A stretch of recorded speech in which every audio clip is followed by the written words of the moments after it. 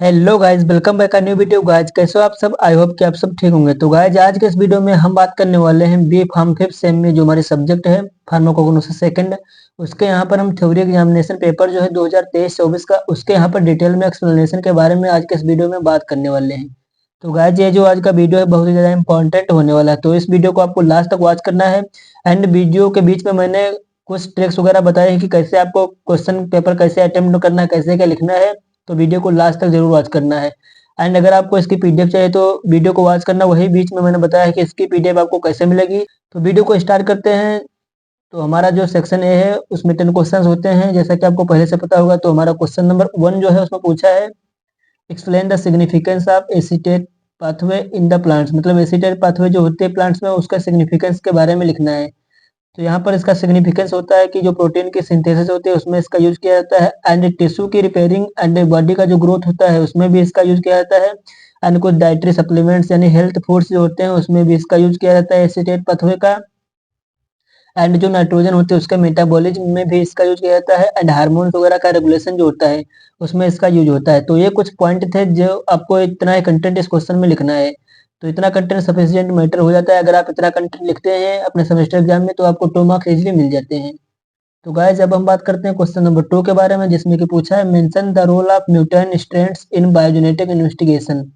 तो simply mutant strand जो होते हैं एक की रोल प्ले करते हैं in the investigation of biogenetic, जैसे कि आइडेंटिफाई करने में हेल्प करते हैं कि जो एंजाइमेटिक स्टेप्स हैं वो क्या है, एंड उसके लोकलाइज पाथवे वगैरह क्या है उसको आइडेंटिफाई करने में भी हेल्प करते हैं। फॉर एग्जांपल जैसे कि स्टडी ऑफ मेटाबॉलिक पाथवे, मतलब मेटाबॉलिक पाथवे जो होते हैं उसकी स्टडी करना। And analysis of growth properties, increase crop yield and resistance. तो इस प्रकार से इस क्वेश्चन में आपको इतना कंटेंट लिखना है। तो अब हम बात करते हैं क्वेश्चन नंबर 3 के बारे में, जिसमें कि पूछा है elaborate the chemical constituent and uses of opium. तो सिंपली ओपियम जो होता है उसका केमिकल कंस्टिट्यूएंट लिखना है एंड इसके यूजेस के बारे में लिखना है। तो ओपियम जो होता है वो कंटेन करता है मॉर्फिन को, जो कि 10 to 16% होता है, जो कि एक एल्कलॉइड होता है, उसको कंटेन करता है। एंड मेकोनिक एसिड इसमें प्रेजेंट होता है। एंड कोडीन होता है 0.8 to 2.5%। नार्कोटीन होता है, थीबिन होता है, पापावेरिन होता है। तो इस प्रकार से इसमें कुछ केमिकल कंस्टिट्यूएंट प्रेजेंट होंगे। एंड अब हम बात करते हैं इसके यूजेस के बारे में। तो इसका यूज मेनली जो एक्यूट या क्रॉनिक पेन होता है उसको ट्रीट करने में किया जाता है। एंड कोजीन जो होती है एक कप सप्रेसेंट होती है, इसके अंदर एक्शन होता है कि एंटी टिश्यू प्रॉपर्टी जो कंट्रोल करती है, जो कि सेंट्रल एंटी टिश्यू ड्रग होती है। एंड इसका यूज किया जाता है as analgesic, antitussive and anti spasmodic. तो इस प्रकार से ओपीएम के कुछ यूजेस एंड केमिकल कंस्टिट्यूएंट हो जाएंगे। बस इतना ही कंटेंट आपको लिखना है। एंड यहाँ पर जो कंटेंट मैंने बताया अगर आप इसको अच्छे से पढ़ के जाते हैं तो आपके एग्जाम में क्वेश्चन फंस जाएंगे इससे। तो आपको अच्छे से इसको पढ़ के जाना है। नेक्स्ट बात करते हैं, क्वेश्चन में पूछा है discuss the medicinal uses of clove and aloe. Aloe जो है उसके मेडिसिनल यूजेस के बारे में आपको लिखना है। तो क्लोए जो होता है सिंपली उसका यूज किया जाता है जब पेन रिलीवर, मतलब जो हमारे दांत वगैरह होते हैं उसमें जब कोई पेन होता है तो बोलते हैं कि क्लो का तेल रख लो या फिर क्लो खा लो, तो जो हमारा पेन होगा ट्रीट हो जाएगा। तो क्लो को पेन रिलीवर के रूप में किया जाता है यूज। एंड इसका यूज रेस्पिरेटरी डिजीज को ट्रीट करने में भी होता है। एंड इसके अंदर कुछ एंटीमेटिक प्रॉपर्टीज होती है, एंटीसेप्टिक प्रॉपर्टी होती है। एंड एज ए स्टिमुलेंट भी इसको यूज करते हैं। एंड इसके अंदर कुछ लोकल एनास्थेटिक के एक्शन भी होते हैं। तो इस प्रकार से क्लो के यूजेस हो जाएंगे। एंड अब हम बात करते हैं नेक्स्ट एलोए के बारे में। तो एलोए जो है उसका यूज एज अ प्रिवेंटिव करते हैं, जो स्टूल वगैरह होता है उसको रिमूव करने में हेल्प करता है। एंड एंटीबैक्टीरियल प्रॉपर्टीज भी होते हैं क्लो के अंदर। एंड स्टोमेचिक होता है, इमोलियंट होता है। एंड स्किन के जो वेरियस डिजीज हो जाते हैं जैसे पिंपल सकने वगैरह हो जाते हैं तो उसको भी ट्रीट करने में हम एलोए का यूज करते हैं। तो इस प्रकार से क्लो एंड एलोए के मेडिसिनल यूजेस आपको लिख देने हैं। एंड अब हम बात करते हैं क्वेश्चन नंबर 5 के बारे में, जिसमें कि पूछा है right the biological source and uses of artemisinin. तो आर्टेमिसिनिन जो है उसका सिंपली बायोलॉजिकल सोर्स होता है आर्टेमिसिया अन्नुआ। एंड इसकी फैमिली जो होती है अस्टेरिएसी, इसकी फैमिली होती है। आपको फैमिली भी साथ में लिख देनी है, अगर याद हो जाती है तो लिख देना, वैसे कोई बात नहीं, क्योंकि फैमिली अगर लिख देंगे तो एग्जामर पढ़ेगा तो मार्क्स दे देगा, क्योंकि पता होगा कि इसको पहले से ही पता है।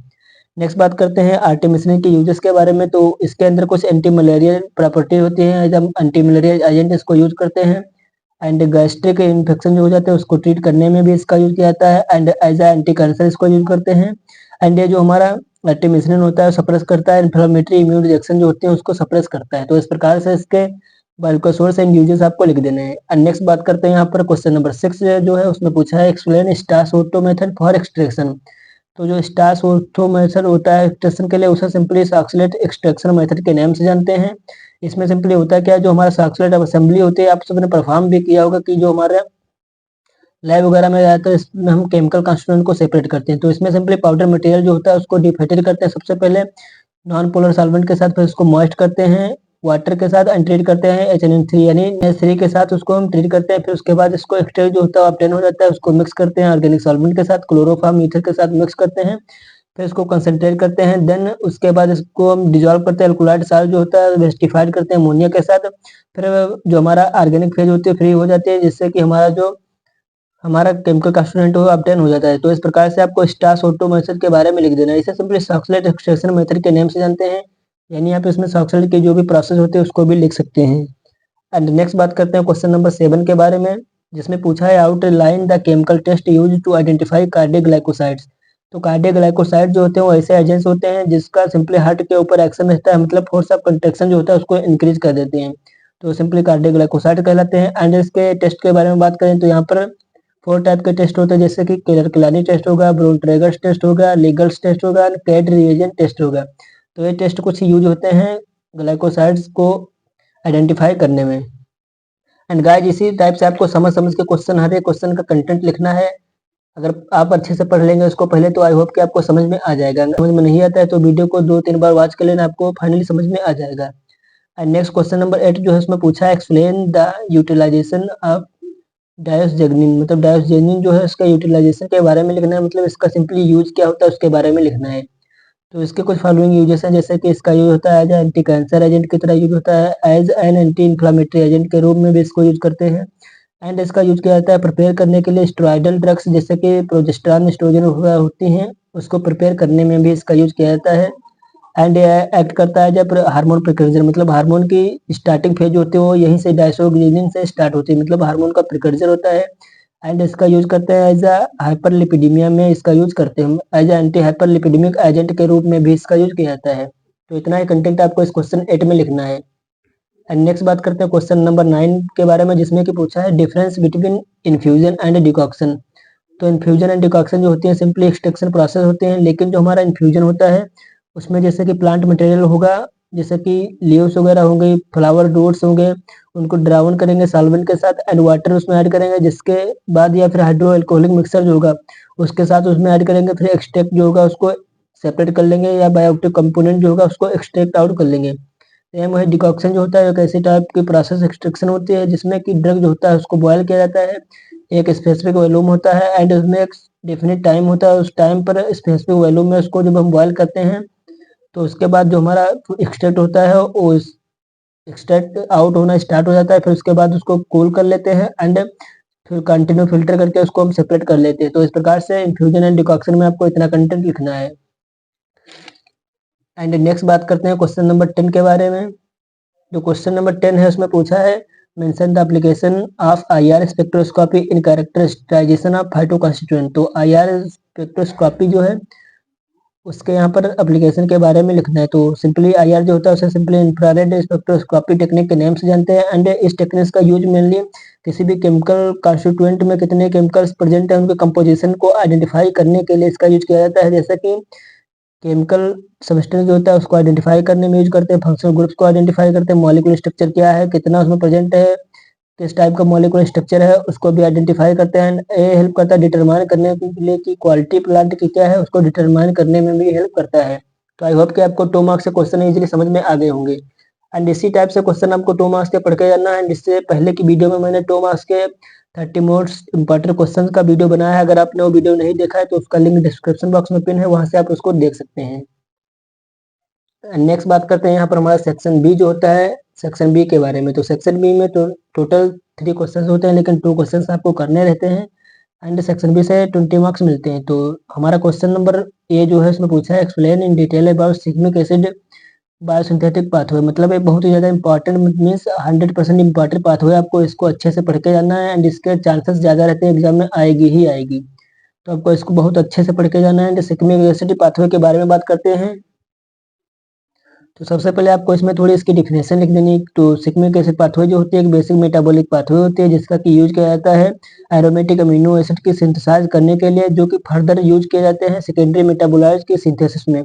एंड एरोमेटिक अमीनो एसिड क्या होंगे जिनकी सिंथेसिस में इसका यूज करेंगे, जैसे कि फिनाइलएलानिन हो गई, टायरोसिन हो गई, ट्रिप्टोफैन हो गई। एंड सेकेंडरी मेटाबोलाइट जैसे कि एल्कोलाइड्स वगैरह होंगे, फ्लावोनॉइड्स होंगे, तो इन सभी के बायोसिंथेसिस में इसका यूज किया जाता है। एंड ये जो पाथवे होती है हमारे सिग्मिक एसिड पाथवे और बैक्टीरिया में होते हैं, फंगी में होते हैं, लेकिन एनिमल्स या ह्यूमंस में पाथवे नहीं होती है। तो आपको ये भी समझ लेना है कि किसमें किसमें होते हैं। एंड सिग्मिक एसिड जो है एक इंटरमीडिएट होता है जो कि कम से होता है कार्बोहाइड्रेट से, लेकिन इसका फर्दर रिस्पॉन्सिबल होता है in the synthesis of phenyl propanoid derivative C6 से C3 यूनिट्स जो होती हैं फिनाइल प्रोपोनाइड्स की, उसकी बायोसिंथेसिस के लिए भी रिस्पॉन्सिबल होता है। एंड सिकमिक एसिड जो है वो नेम कम हुआ था, सिकमी मीन्स सिकमी का मतलब होता है जापानीज फ्लावर, जिसे कि स्टार एनाइस इलिसियम एनिसेटम के नेम से भी जानते हैं। कुछ बायोसिंथेटिक प्रिकर्सर होते हैं जो कि इसमें स्टार्टिंग होते हैं, जैसे कि फास्फोइनॉल पायरोफॉस्फेट मतलब पीईपी जो होता है ग्लाइकोलाइसिस से प्रेजेंट होता है, वो मतलब बायोसिंथेटिक का प्रिकर्सर होता है सिकमिक एसिड का। एंड इरिथ्रोज फॉस्फेट होता है जो कि एचएमपी संट से ऑब्टेन होता है। तो ये दो जो यहाँ पर इसके प्रिकर्सर होते हैं सिंथेसिस को स्टार्ट करने के लिए। एंड अब हम बात करते हैं सिकमिक एसिड जो पाथवे है वो क्या पाथवे, मतलब इसमें क्या कौन कौन से स्टेप है उसके बारे में। तो सबसे पहले जैसे कि इसके प्रिकर्सर जो थे फास्फोइनॉल पायरोफॉस्फेट एंड इरिथ्रोफॉस्फेट, वो दोनों आपस में जब मिलेंगे तो यहाँ पे 2 कीटो 3 हाइड्रोक्सी 7 फास्फो डी ग्लूको हेप्टोनोइक एसिड जो होगा उसका फॉर्मेशन होगा। फिर इसके बाद फर्दर 3 डिहाइड्रोक्यूनिक एसिड बनेगा। एंड उसके बाद जो हमारा यहाँ पर 3 हाइड्रोसिकमिक एसिड बनेगा, फिर उससे सिकमिक एसिड बनेगा जिसका फास्फोराइलेशन होगा तो सिकमिक 3 फास्फेट बनेगा। यहाँ पर 3 जो पोजीशन होगी यहाँ पर फास्फेट ग्रुप लग जाएगा। फिर इसके केमिकल की प्रेजेंस में जब होगा तो यहाँ पर कोरोस्मिक एसिड बनेगा एंड कोरोस्मिक एसिड जो फर्दर एंथ्रानिलिक एसिड में कन्वर्ट हो जाएगा एंड प्रीफिनिक एसिड में कन्वर्ट हो जाएगा। एंड एंथ्रानिलिक एसिड जो होगा उसका स्ट्रक्चर इस प्रकार से होगा। एंड एंथ्रानिलिक एसिड जो होगा इसका फास्फोराइबोजिल पायरोफॉस्फेट जब इसकी प्रेजेंस में इसकी रिएक्शन होगी तो यहाँ पर सेरीन बनेगा। एंड सेरीन जो होगा फर्दर ट्रिप्टोफैन यानी एरोमेटिक अमीनो एसिड जो होता है ट्रिप्टोफैन उसका फॉर्मेशन हो जाएगा फर्दर। एंड यहाँ पर इसमें प्रीफिनिक एसिड जो था वो फर्दर कन्वर्ट हो जाएगा फिनाइल पायरुविक एसिड में। एंड पारा हाइड्रोक्सी फिनाइल पायरुविक एसिड दोनों में कन्वर्ट हो जाएगा। एंड फिनाइल पायरुविक एसिड जो होगा उसका जब रिडक्शन होगा माइनेशन होगा यानी, तो यहाँ पर हमारा फिनाइल एलानिन जो होगा वो फॉर्म हो जाएगा। ये स्ट्रक्चर होगा फिनाइल एलानिन का। एंड यहाँ पर जो para hydroxy phenyl pyruvic acid था वो टायरोसिन में कन्वर्ट हो जाएगा। तो इस प्रकार से पाथवे थी। एंड इसमें आपको लर्न करने के लिए कुछ नहीं करना होगा, इसकी एक ट्रिक है जैसे कि यहाँ पर एजी ऊपर ही जो फ्रेंड थी एंड दोनों फ्रेंड जो होंगे मतलब 3D मूवी देखने गई, मतलब 3D मूवी देखने गई। तो 3D मूवी जब देखने गई तो एक था सिक्किम का राजा एंड सिक्किम का राजा जो था उसके वहाँ चोरी हो गई, तो चोरी से हो जाएगा चोरी क्रोसिन एसिड। एंड इसके बाद जब चोरी हो गई तो ये हो गया अनाथ, मतलब क्योंकि इसके परिवार वाले जो थे इसे छोड़कर चले गए। तो जो अनाथ हुआ तो अनाथ होने के बाद ये अपने फ्रेंड वगैरह से मिलने की कोशिश की, तो फ्रेंड से जैसे ट्रिप्टोफैन एंड जो परिवार वाले थे उनमें से एक ने फिनाइल पी लिया, तो फिनाइल जब पी लिया तो फिनाइल से फिनाइल एलानिन हो जाएगा। जब फिनाइल एक ने पिया तो दूसरे वो मतलब रोने लगे, तो यहाँ पर रोने से मतलब टायरोसिन हो जाएगा। तो इस प्रकार से आप इसको लर्न कर सकते हैं। एंड इसका स्ट्रक्चर वगैरह जो है आपको लिख लिख के लर्न करने हैं। एंड ये बहुत ही ज्यादा सटीक पाथवे लिखे, इसे आप अगर अच्छे से पढ़ते हैं एक बार तो आपको लर्न हो जाएगी। एंड पीडीएफ जो इसकी चाहिए तो उसके लिए आपको हमारे टेलीग्राम ग्रुप को ज्वाइन करना होगा जिसका कि नेम है सॉल्व फार्मेसी। वहां से आप इसकी पीडीएफ को डाउनलोड कर सकते हैं। एंड वहीं पर इंपॉर्टेंट क्वेश्चन वगैरह की पीडीएफ आपको प्रोवाइड की जाएगी। तो इस प्रकार से सिग्मिक एसिड पाथवे हो जाएगी। एंड अब हम बात करते हैं इसके यहाँ पर सिग्निफिकेंस के बारे में, मतलब सिग्निफिकेंस क्या है सिग्मिक एसिड के उसके बारे में बात करते हैं। तो सिंपली ए प्रिकर्सर होता है, कुछ जो फिनाइल प्रोपानेट डेरिवेटिव होते हैं जैसे फ्लोरिनाइड टैनिन लिग्निन उनके बायोसिंथेसिस में एज प्रिकर्सर एक्ट करता है। एंड प्रिकर्सर होता है इंडोल डेरिवेटिव के लिए, जैसे कि रिजरपाइन जो है जो कि रिजरपाइन ऑब्टेन होती है राउलोल्फिया की जो रूट्स होते हैं उससे ऑब्टेन होती है, जिसका कि फर्दर यूज किया जाता है हाइपरटेंशन को ट्रीट करने के लिए। उसमें भी as a precursor indole derivative की तरह एक्ट करता है। एंड एक स्टार्टिंग पॉइंट होता है in the biosynthesis of many phenolic compound, मतलब बहुत सारे फिनोलिक कंपाउंड्स होते हैं जिनकी बायोसिंथेसिस में as a starting point act करते हैं। And it help in production of aromatic amino acid, मतलब एरोमेटिक अमीनो एसिड जो होते हैं उनके प्रोडक्शन में भी हेल्प करते हैं, जैसे कि टायरोसिन हो गया, फिनाइलएलानिन हो गया, ट्रिप्टोफैन हो गया, इनके प्रोडक्शन में भी हेल्प करते हैं। And it also involve in the synthesis of gallic acid and indole molecules, मतलब ये आल्सो इन्वॉल्व होती है गैलिक एसिड के सिंथेसिस एंड इंडोल मॉलिक्यूल जो होते हैं उनके सिंथेसिस में भी इन्वॉल्व होती हैं। तो इस प्रकार से क्वेश्चन हमारा कंप्लीट हो जाता है। इससे अगर आप अच्छे से पढ़ते हैं एक बार, इसकी जो यहाँ पर पाथवे दी है इसको आप एक बार जरूर देख लीजिए। तो इस प्रकार से थे हमारे कुछ क्वेश्चन, तो आप इस पाथवे को अच्छे से लिख लिख के लर्न कर लेना एंड इसके 100% चांस है कि एग्जाम में पूछी जाए, तो आपको इसको अच्छे से पढ़ लेना है। नेक्स्ट बात करते हैं जो सेक्शन बी में क्वेश्चन नंबर 2 का बी पूछा है, उसमें पूछा है discuss the biological source, chemical class, chemical constituent, identification test and therapeutic uses of asafoetida and digitalis. Means asafoetida जो है उसके यहाँ पर बायोलॉजिकल सोर्स के बारे में लिखना है, केमिकल क्लास के बारे में लिखना है, केमिकल कॉन्स्टिट्यूएंट के बारे में लिखना है, identification test and therapeutic uses के बारे में लिखना है। तो ये बहुत ही अच्छा क्वेश्चन है एंड यहाँ पर सिंपल क्वेश्चन हो जाता है क्योंकि एसाफोजिटा वगैरह के बायोलॉजिकल सोर्स वगैरह अगर आपको अच्छे से पता है। मेन यहाँ पर होता है कि फार्माकोग्नोसी में आपको हर एक ड्रग के बायोलॉजिकल सोर्स है उसकी फैमिली पता होनी चाहिए, अगर वो पता है तो आप बनाकर भी लिख सकते हैं। तो इसका जो बायोलॉजिकल सोर्स होता है एसाफोजिटा को होता है फेरुला एसाफोजिटा, जिसे कि सिप्री हींग जो हमारी एसाफोजिटा होता है उसे हींग कहते हैं हिंदी में। तो इसका बायोलॉजिकल सोर्स हो जाएगा एंड इसकी फैमिली जो होगी वो आईपीएसी हो जाएगी। एंड इसकी केमिकल क्लास के बारे में बात करते हैं तो एसाफोजिटा जो होता है एक मेंबर होता है मैग्नोलाइफिसिडा जो होते हैं उसका एक मेंबर होता है जो कि एम्बेलिफेराई फैमिली से बिलोंग करता है, जिसे एपिएसी फैमिली भी कहते हैं। एंड फेरुला जीनस जो होता है उससे भी आप 10 होता है। तो इस प्रकार से इसकी केमिकल क्लास हो जाएगी। एंड केमिकल कॉन्स्टिट्यूएंट के बारे में बात करते हैं तो जो एसाफोजिटा होता है वो कंटेन करता है वोलेटाइल आयल्स को जो कि 4 to 20% होते हैं, रेजिन्स होते हैं 40 से 65% एंड गम्स वगैरह 25% इसमें प्रेजेंट रहते हैं। एंड इसमें कुछ मेन कॉन्स्टिट्यूएंट जैसे कि एम्बेलिक एसिड हो गया, एम्बेलिफेरॉन हो गया, फोर्टिडीन हो गई, एसाफोजिटिन हो गई एंड फेरुलिक एसिड हो गया। तो इस प्रकार से इसमें आपको केमिकल कॉन्स्टिट्यूएंट इतने लिखने हैं। यहाँ पर केमिकल कॉन्स्टिट्यूएंट में जो मेन है उसके स्ट्रक्चर भी ड्रा कर देने हैं क्योंकि स्ट्रक्चर ड्रा कर देंगे तो इंप्रेशन आपका अच्छा हो जाएगा। तो आपको इतना कंटेंट इसमें इस प्रकार से लिखना है। एंड नेक्स्ट बात करते हैं आइडेंटिफिकेशन टेस्ट के बारे में, जिसमें कि केमिकल टेस्ट है। तो सबसे पहले जैसे कि जो हमारी ड्रग होगी जिसको हम लेंगे 0.5 ग्राम एंड उसको बॉयल करेंगे HCl के साथ, यानी हाइड्रोक्लोरिक एसिड जो होगा 5 ml लेंगे उसके साथ बॉयल करेंगे एंड फिल्टर करेंगे। फिल्ट्रेट जो होगा उसमें अमोनिया ऐड करेंगे, फिर अमोनिया जब ऐड करेंगे तो ब्लोफ्लोरोसिस जो होंगे वो फॉर्म हो जाएंगे। तो ब्लोफ्लोरोसिस जब फॉर्म हो जाएंगे तो इसमें मतलब हो जाएगा कि एसाफोजिटा जो है प्रेजेंट है। तो इस प्रकार से इसका आइडेंटिफिकेशन करेंगे। एंड यहाँ पर थेराप्यूटिक यूजेस के बारे में बात करते हैं तो इसका यूज किया जाता है as a carminative, expectorant and anti spasmodic and laxative, इस टाइप के इसके यूजेस होते हैं कुछ। And as a flavouring agent इसको यूज करते हैं एंड इसका यूज किया जाता है अस्थमा वगैरह जो हो जाती है उसको ट्रीट करने के लिए, कालरा को ट्रीट करते हैं and cough and chronic bronchitis जो होती है उसमें भी इसका यूज किया जाता है। तो इस प्रकार से इसके थेराप्यूटिक यूजेस हो जाएंगे। आपको अच्छे से पढ़ के जाना है, एग्जाम में एक क्वेश्चन से रिपीट हो सकते हैं क्योंकि जो एकेटिव यूनिवर्सिटी है उसमें काफी क्वेश्चन रिपीटेड होते हैं, तो आपको बहुत अच्छे से ही पढ़ के जाना है। इस वीडियो को आपको 2-3 बार वॉच कर लेना जिससे कि आपको पूरा कंटेंट समझ में आ जाए कैसे क्या है। एंड नेक्स्ट बात करते हैं डिजिटलिस के बारे में। तो डिजिटलिस जो होता है उसका बायोलॉजिकल सोर्स होता है डिजिटलिस ललाटा या फिर डिजिटलिस पर्पुरिया, जो इसके बायोलॉजिकल सोर्स होते हैं। आपको एक भी लड़कर हो जाएगा तो भी अच्छी बात है। एंड इसकी फैमिली जो होती है स्क्रोफुलेरिएसी फैमिली होती है। एंड केमिकल क्लास के बारे में बात करते हैं तो डिजिटलिस जो होता है कार्डियक ग्लाइकोसाइड होता है जो कि एक ऐसे क्लास की ड्रग होती है जिसका कि यूज किया जाता है हार्ट के जितने भी डिजीज होते हैं उसको ट्रीट करने में इसका यूज किया जाता है। मतलब कार्डियक ग्लाइकोसाइड जो होते हैं वो सिंपली हार्ट पे एक्ट करते हैं, मतलब फोर्स ऑफ कंट्रक्शन जो होते हैं हार्ट के मसल्स उसको इंक्रीज कर देते हैं। तो इस प्रकार से आपको इसके केमिकल क्लास लिख देनी है। एंड नेक्स्ट बात करते हैं यहाँ पर इसकी केमिकल कॉन्स्टिट्यूएंट के बारे में। तो डिस्टिलिस जो होता है उसमें सिंपली 0.2 से 0.45% मिक्सचर होता है प्राइमरी एंड सेकेंडरी ग्लाइकोसाइड का, जिसमें कि प्राइमरी ग्लाइकोसाइड में क्या क्या होते हैं डिस्टिलिस पर्पुरिया होगी, ग्लाइकोसाइड ए एंड बी होगा जो कि कंटेन करेगा लीनियर चेन ऑफ 3 डेक्सट्रोज की, डिजिटॉक्स जो होगी उसकी लीनियर चेन कंटेन करेगा। एंड सेकेंडरी ग्लाइकोसाइड जो होंगे उसमें जैसे कि डिजिटॉक्सिन होगा, जिटॉक्सिन होगा एंड जिटेलॉक्सिन होगा एंड बीरोडॉक्सिन होगा। तो इस प्रकार से यहाँ पर इसके केमिकल कॉन्स्टिट्यूएंट हो जाएंगे, यहाँ पर अच्छे से पढ़ लेना।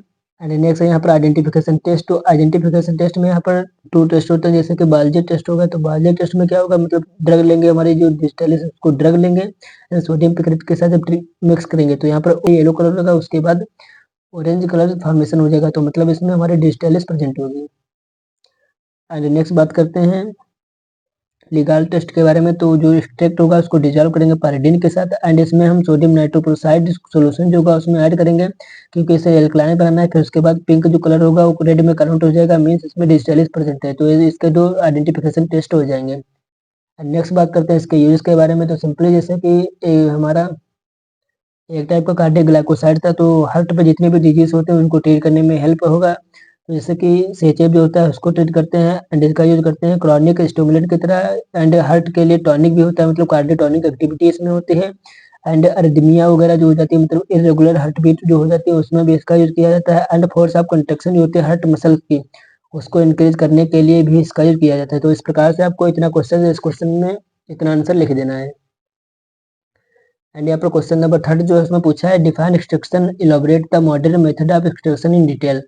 तो एक्सट्रैक्शन के बारे में लिखना है, एक्सट्रैक्शन जो होता है उसके डिफरेंट मेथड्स होते हैं उसके बारे में इसमें लिखना है।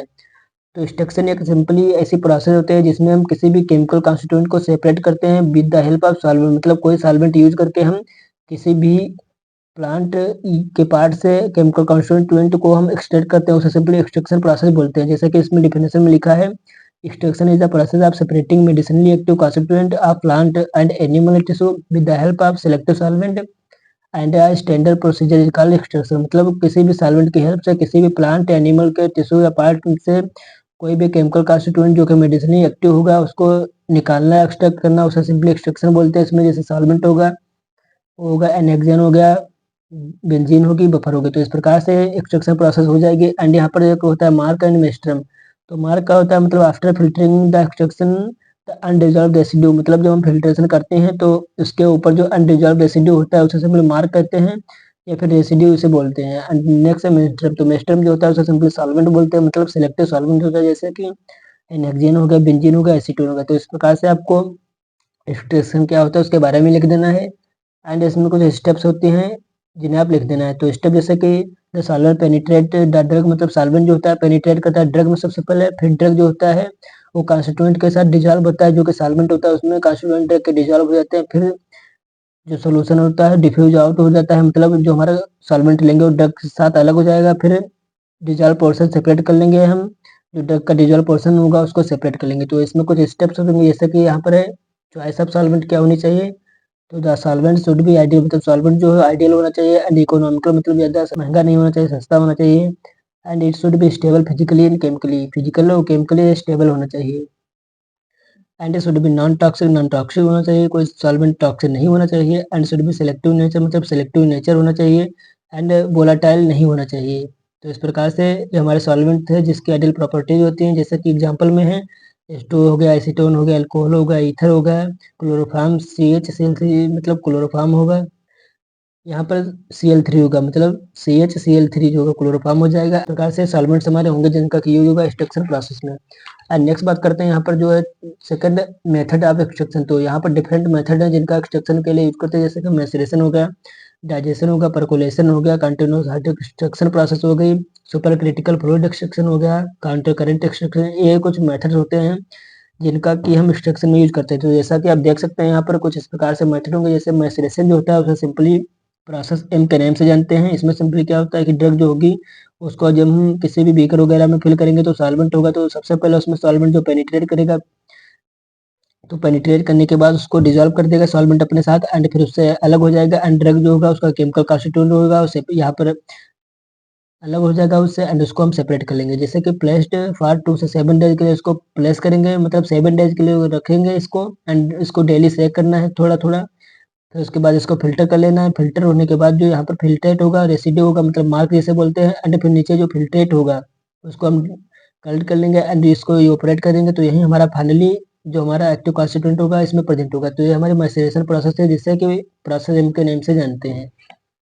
एंड नेक्स्ट आप देख सकते हैं इसके कुछ क्लासिफिकेशन है, तो इसे आप पढ़ लेना अच्छे से। डाइजेशन जो होता है वो डाइजेशन मतलब इसमें भी सिंपली एक्सट्रैक्शन प्रोसेस होती है, क्योंकि इसमें मॉडरेट हीट जो होती है उसका यूज किया जाता है, अभी प्लांट मटेरियल से उसके केमिकल कॉन्स्टिट्यूएंट को सेपरेट करते हैं, तो डाइजेशन हो जाएगा। एंड इसी प्रकार से जैसा कि आप देख सकते हैं परकोलेशन कुछ होता है। परकोलेशन में मतलब यहाँ पर ग्रेविटेशनल फोर्स लगता है जिससे कि हमारा जो केमिकल कॉन्स्टिट्यूएंट होता है वो सेपरेट आउट होने लगता है। तो इस प्रकार से आप लोगों को इसको पढ़ लेना अच्छे से, जैसा कि आप देख सकते हैं। तो इसी सेम स्टेज हर एक प्रोसीजर में आपको देख लेना है। तो ये हो जाएंगे हमारे कुछ एक्सट्रैक्शन प्रोसेस जैसा कि आप देख सकते हैं।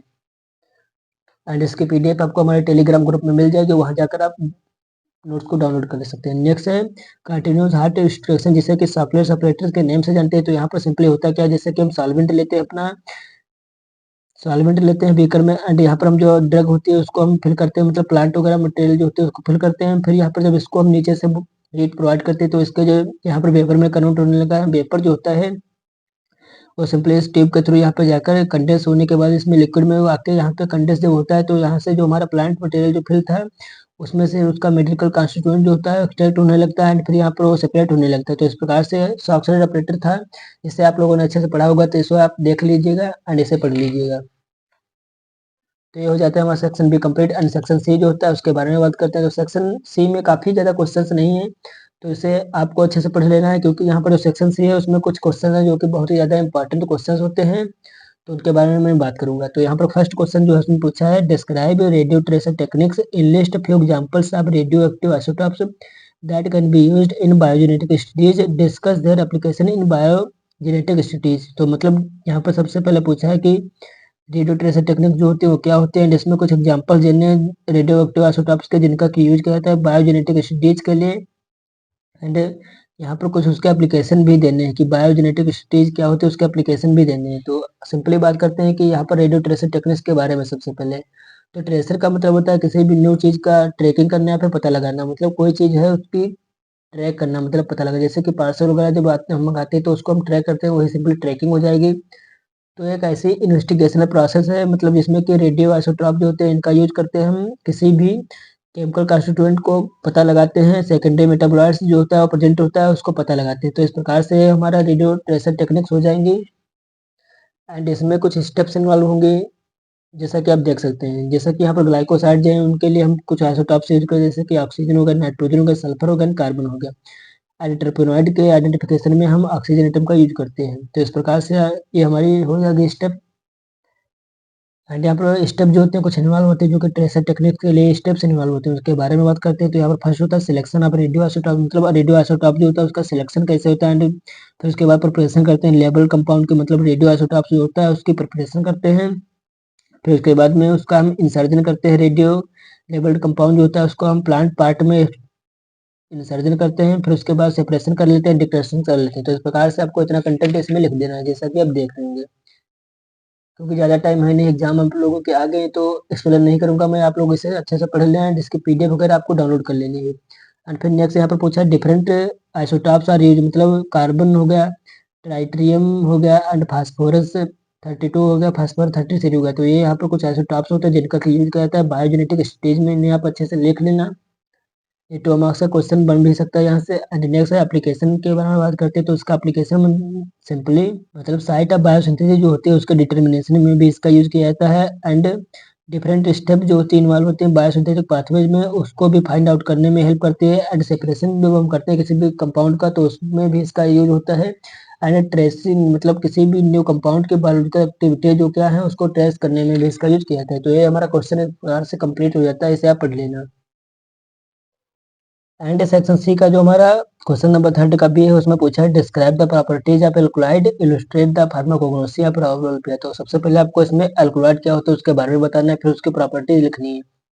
तो यहाँ पर एल्कोलाइड जो होते हैं बेसिक नाइट्रोजन कंटेनिंग कंपाउंड होते हैं जो कि ऑब्टेन होते हैं plant animal and micro organism वगैरह से ऑब्टेन होते हैं, जिनके अंदर फिजियोलॉजिकल एक्शन होते हैं। एंड एल्कोलाइड होते हैं सिंपली सेकेंडरी मेटाबोलाइट्स होते हैं। तो इतना इंट्रोडक्शन पहले आपको देना है इसका। एंड फिर उसके बाद में आपको इसकी प्रॉपर्टीज वगैरह जो है उसको लिखनी है। तो इसकी प्रॉपर्टीज जैसे होती हैं क्या कि मोस्ट एल्कोलाइड जो होते हैं वो कंटेन करते हैं वन और more than one nitrogen atom, मतलब एक या एक से अधिक नाइट्रोजन एटम कुछ एल्कोलाइड जो होते हैं वो कंटेन करते हैं।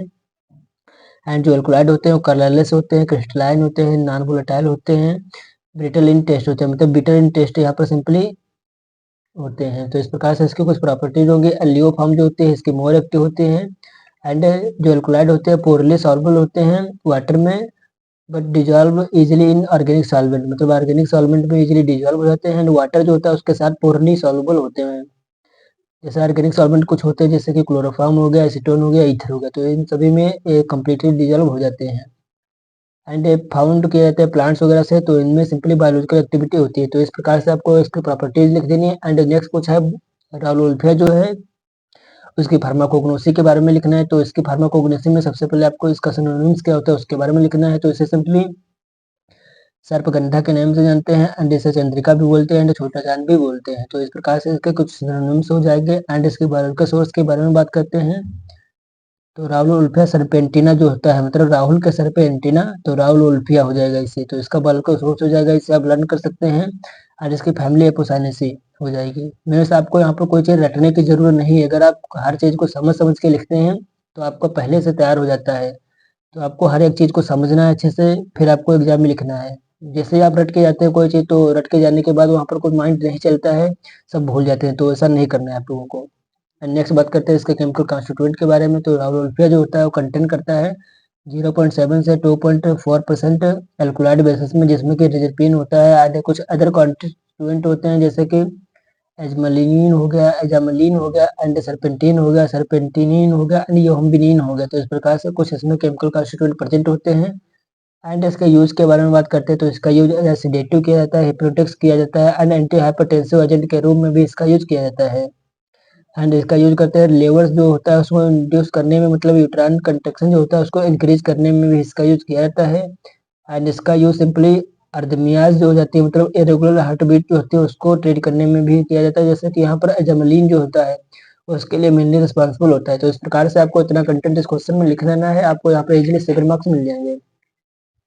अन्य जैसा कि आप देख सकते हैं इसी प्रकार से हर एक क्वेश्चन का कंटेंट यहाँ पर लिखा है, तो इस कंटेंट को आपको अच्छे से पढ़ लेना है। एंड इसके पीडीएफ जो है आपको हमारे टेलीग्राम ग्रुप में मिल जाएगी, वहाँ पे जाके आप नोट्स को डाउनलोड कर सकते हैं। जैसा कि आप देख सकते हैं यहाँ पर क्वेश्चन नंबर 3 का डी जो है उसमें पूछा है, mention the physicochemical properties of reagents, discuss isolation of podophyllotoxin. मतलब यहाँ पर रिएजेंट्स क्या होते हैं उसके बारे में थोड़ा लिख देना है। फिर रिएजेंट जो होता है ऑर्गेनिक कंपाउंड्स होते हैं जो कि सॉलिड या हाईली विस्कस लिक्विड होते हैं, एंड इन सब चीज़ों के बारे में थोड़ा थोड़ा लिख देना है। जिसकी फिजियोकेमिकल प्रॉपर्टी, मतलब फिजिकल एंड केमिकल प्रॉपर्टीज को भी लिख देना है। तो फिजिकल प्रॉपर्टीज क्या होते हैं जैसा कि आप देख सकते हैं, तो इन सब चीज़ों को आपको अच्छे से पढ़ के जानना है, लिख देना है। एंड पोर्टोफायरोटॉक्सिन का सबसे पहले बायोलॉजिकल सोर्स लिख देना है कि पोर्टोफायरोटॉक्सिन इमोडी एंड पोर्टोफायरोटॉक्सिन हेक्सिंड्रोम, यहाँ पर इसके बायोलॉजिकल सोर्स होते हैं। एंड बर्बेरी डेसई इसकी फैमिली होती है। आइसोलेशन आपको इस प्रकार से इसका लिख देना है। एंड गाइस अगर आप इन क्वेश्चंस को अच्छे से तैयार कर लेते हैं तो कहीं ना कहीं उम्मीद होती है कि प्रीवियस ईयर से क्वेश्चन कभी कभी आ जाते हैं, तो आपको वहाँ पर क्वेश्चन ये देखने को मिल जाएंगे, तो आप इसे अच्छे से पढ़ लेना है। एंड नेक्स्ट क्वेश्चन पूछा है जिसमें जिसमें पूछा है discuss the source utilization and isolation method of caffeine.